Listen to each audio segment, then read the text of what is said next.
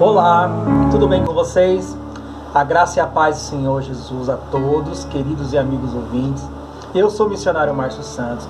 Eu estou aqui mais uma vez com uma mensagem nessa Semana Santa, onde o tema é o julgamento de Jesus. Hoje eu vou falar sobre esse tema. Jesus havia acabado de fazer a ceia e nessa ceia ele fez uma declaração que ele pegou o pão e falou e disse que aquele pão significava o corpo dele. Pegou o cálice e disse que o cálice significava o sangue dele que seria derramado por todos. Imagina a situação que ficou a ceia. Logo em seguida, ele disse que um daqueles seus discípulos iria traí-lo. Eu imagino aqui a torta de climão nessa situação. O clima ficou no ar.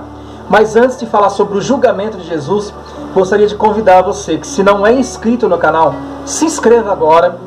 Ative o sininho para receber notificações da próxima mensagem. E se você já é inscrito, curte e compartilhe esta mensagem. Vamos lá? Tomaram a ceia, naquele climão, um perguntando quem será o traidor. Imediatamente o traidor se retirou. O traidor era Judas. Ele se retirou da ceia e foi de fato dar continuidade ao seu plano, que era entregar Jesus por 30 moedas de prata. Foi lá e entregou Jesus. Judas sabia que eles iriam sair dali, após sair dali da ceia, eles iriam ao Monte das Oliveiras. Então Judas foi imediatamente entregar e contar para os homens da lei que Jesus estava com os discípulos no Monte das Oliveiras. Era o único que sabia aonde Jesus estava. Mas eu observo no texto da leitura de João 19, 18, que diz assim: ele foi para o Monte das Oliveiras cantando. Jesus sabia tudo o que estava prestes a acontecer, mas ele foi cantando. Sabia que o traidor tinha ido entregá-lo, mas ele foi cantando. No Monte das Oliveiras, de repente, chegou lá o traidor, junto com todos os homens da lei. Foi assim Jesus, então, de fato, entregue aos homens e levado para os homens da lei que fizessem um julgamento. Haveria um julgamento, haveria uma audiência. Mas esse julgamento teve várias audiências, porque um jogava por outro, porque ninguém encontrava pecados em Jesus. O que aconteceu? Observando todo aquele cenário, os sacerdotes, que eram os homens de Deus, homens da lei, sacerdotes, sumos sacerdotes daquela época, eram os homens que tinham um objetivo maior em que Jesus fosse condenado. Ou seja, esse julgamento já tinha um final predeterminado. Já tinha um julgamento certo de que ele seria condenado à morte. O que aconteceu? Todos aqueles homens estavam, então, da lei, não encontravam pecados em Jesus. Somente os homens sacerdotes que incisivamente diziam: não, ele é digno de condenação. E conseguiram sair o veredito. E nesse intervalo, tentando arrancar alguma palavra que Jesus dissesse sobre que realmente o condenasse, os soldados espancaram Jesus, chicotearam, muita chicoteada. Mesmo assim, não aplacou o desejo de morte, o desejo de vingança do sumo sacerdote. Então, jogaram um lenço sobre Jesus, já era fim da noite. Jogaram um lenço sobre Jesus, pedaços e pedaços de carne arrancada, feridas profundas. Uma noite fria, Jesus então foi colocado num calabouço. Com fome, com frio, cheio de ferida, sem um analgésico. E nesse intervalo, Satanás ainda passava lá na prisão, lá naquele calabouço, e dizia: Jesus, para que você dá continuidade a este plano, em cumprir esse propósito?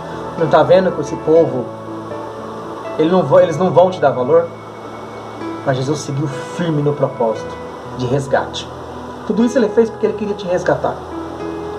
E tudo isso ele fez porque queria me resgatar.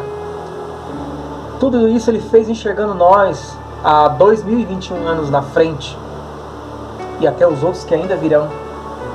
Tudo isso ele fez para resgatar você, nós nessa terra, os que já passaram, os que estão aqui, os que ainda virão, e todo o universo. Jesus morreu para resgatar todo o universo, porque todo o universo sofreu com o pecado que entrou em Adão. Estamos aqui então diante de um julgamento totalmente desproporcional. Um homem sendo condenado sem ter culpa, Um julgamento em que o julgado, Jesus, estava soberano, mas os julgadores estavam exaustos, alterados, nervosos, desesperados. Um julgamento em que os julgadores, na verdade, já eram os condenados para sempre. E o julgado, na verdade, estava sentenciado à morte para poder pôr em liberdade os julgadores. Era, na verdade, o único capaz de libertar os julgadores. Então eles precisavam ser julgados dessa forma. Um julgamento injusto, mas necessário.